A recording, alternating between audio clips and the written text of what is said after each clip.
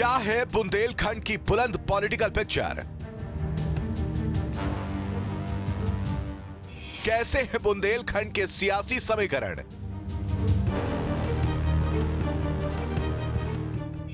किन किन मुद्दों पर बुंदेलखंड की लड़ाई?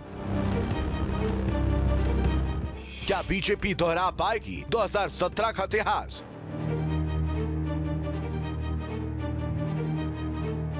उत्तर प्रदेश का 2022 का विधानसभा चुनाव अब तीसरे चरण में प्रवेश कर चुका है और चुनाव प्रचार के लिए अब आखिरी दौर में दिग्गजों ने पूरी ताकत लगा दी है। मुख्यमंत्री योगी आदित्यनाथ से लेकर प्रधानमंत्री नरेंद्र मोदी इस दौर में बीजेपी को ज्यादा से ज्यादा सीटें जिताने के लिए लगातार ताकत झोंके हुए हैं। दूसरी तरफ अखिलेश यादव के साथ साथ बीएसपी अध्यक्ष मायावती ने भी मोर्चा संभाला हुआ।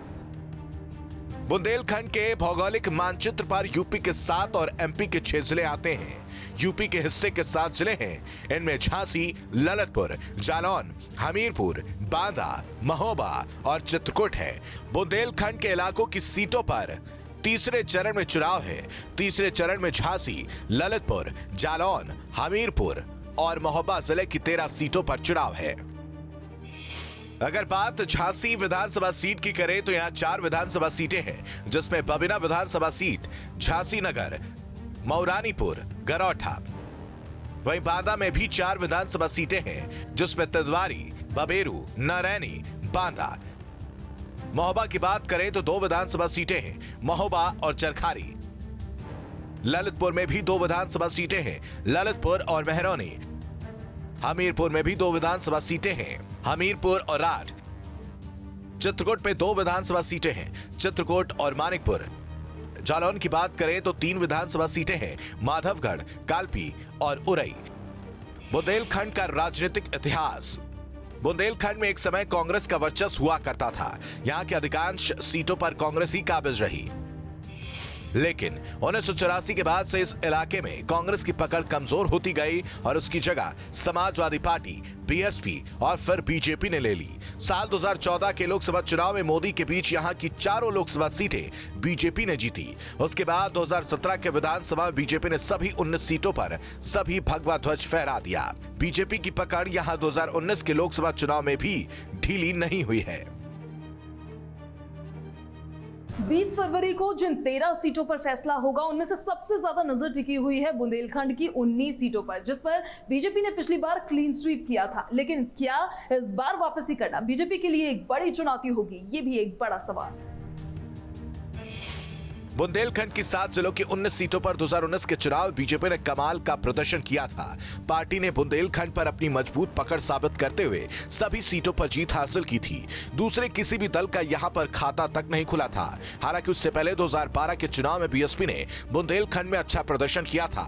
7 सीटों पर जीत हासिल करके बीएसपी नंबर 1 पार्टी बनी थी। लेकिन 2017 के चुनाव में बीएसपी का सूपड़ा साफ हो गया था। 2012 में समाजवादी पार्टी को बुंदेलखंड में 5 सीटों पर जीत हासिल हुई थी। 2012 के चुनाव में कांग्रेस यहां पर 3 सीटें जीतने में कामयाब हुई थी। ऐसे में बुंदेलखंड का रण अब और दिलचस्प हो गया है। तीसरे चरण के रण में सबसे अहम हो जाता है बुंदेलखंड। वो बुंदेलखंड जिससे 2017 में बीजेपी को अप्रत्याशित जीत थी। उस बुंदेलखंड में अपनी समीकरण साधने के लिए हर पार्टी की तरफ से कोशिश की जा रही है। लेकिन इस बुंदेलखंड के आखिर मुद्दे क्या हैं, समीकरण क्या हैं?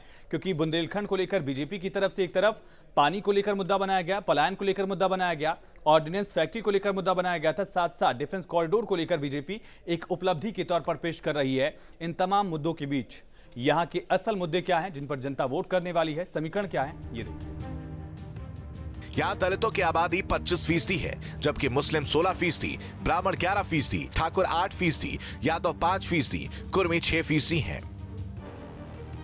चलिए, तो अगर बात करेंगे मुद्दों की, तो जातिवाद, परिवारवाद, इसी के साथ साथ लॉ एंड ऑर्डर, ये बड़े मुद्दे हैं जो बीजेपी लगातार उठाती हुई नजर आ रही है। लेकिन अगर बात विपक्ष की हम करेंगे, तो विपक्ष के पास बेरोजगारी, महंगाई, इसी के साथ साथ फेल कानून व्यवस्था को भी विपक्ष लगातार भुनाता हुआ नजर आ रहा है। लेकिन बड़ा सवाल एक ये है कि वोट की चोट जनता किन मुद्दों पर देगी?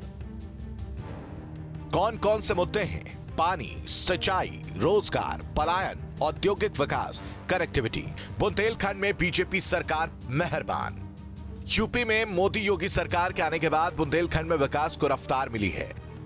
बुंदेलखंड के विकास के लिए बीजेपी सरकार ने बोर्ड का गठन भी किया। झांसी से चित्रकूट के क्षेत्र को डिफेंस कॉरिडोर घोषित किया है।